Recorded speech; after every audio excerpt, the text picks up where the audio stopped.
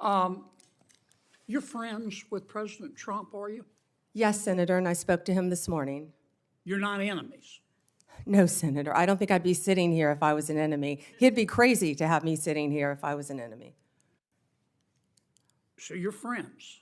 Yes, Senator. I find otherworldly this suggestion by some of my colleagues that somehow disqualifies you. Hey everyone, welcome back to the channel. Today, we're diving into an intense exchange between Senator John Kennedy and Pam Bondi.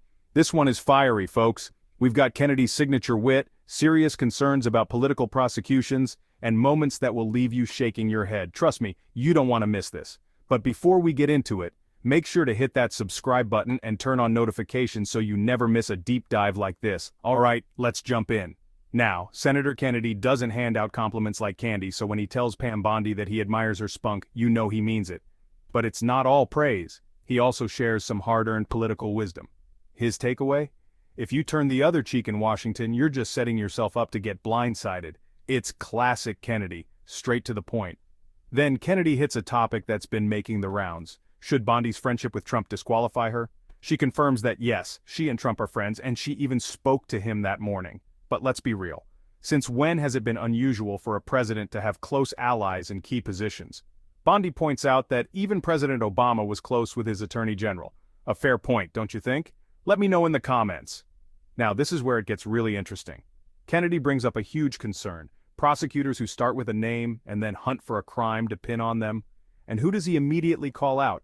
Manhattan DA Alvin Bragg. He reminds everyone that Bragg literally ran his campaign in 2019 saying, "Elect me, and I'll prosecute Trump." That raises a lot of ethical questions. Is this justice or just political revenge? If you're still watching and loving this breakdown, make sure to smash that like button. It really helps the channel. Kennedy then shifts back to Bondi, grilling her on whether she's ever done what Bragg is being accused of. And her response? A firm no. She's been a prosecutor for 18 years, and she flat out denies ever going after someone without probable cause. She also makes it clear that she wouldn't do it as Attorney General.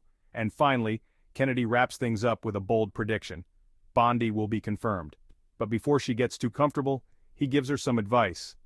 Answer Senator Grassley's letters. According to Kennedy, if she doesn't, she'll never hear the end of it. Because, in his words, Grassley is like a dog on a bone. Classic Kennedy. We covered a lot today, from political friendships to the dangers of targeted prosecutions. But now I want to hear from you. Do you think prosecutors should be held accountable for politically motivated cases? Drop your thoughts in the comments. And don't forget, if you haven't already, hit that subscribe button and ring the bell so you never miss a breakdown like this. Thanks for watching, and I'll catch you in the next one. Thank you, Mr. Chairman. General, I admire your spunk. Coming from you, Senator, that is a huge compliment. You know, I learned the hard way up here. You may know it already, but up here, if you turn the other cheek, you just get it in the neck. You're friends with President Trump, are you? Yes, Senator, and I spoke to him this morning. You're not enemies. No, Senator, I don't think I'd be sitting here if I was an enemy. He'd be crazy to have me sitting here if I was an enemy. So you're friends. Yes, Senator. I find otherworldly this suggestion by some of my colleagues that somehow disqualifies you. Have you ever seen a president of the United States appoint his enemies to his cabinet? Exactly, Senator. I think many presidents, including President Obama, were friends with his attorney general throughout the years. Okay.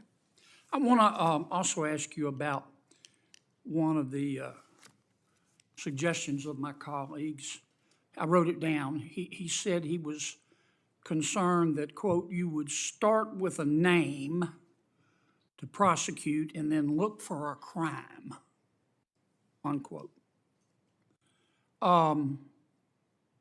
It made me immediately think of District Attorney Bragg in New York, who actually in 2019, ran a campaign in large part suggesting that if you elect me, I'll prosecute Donald Trump. I believe there were others as well, Senator. Right. How long were you a prosecutor? 18 years. Okay.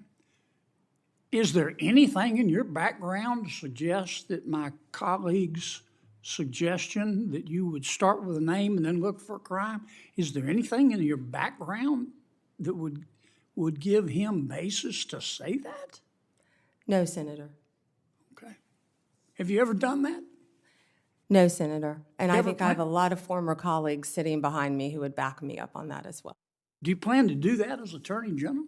Of course not, Senator. I hope no Attorney General going forward would ever do that. Well, I thank you for your time today. One need not be clairvoyant to see that you're going to be confirmed.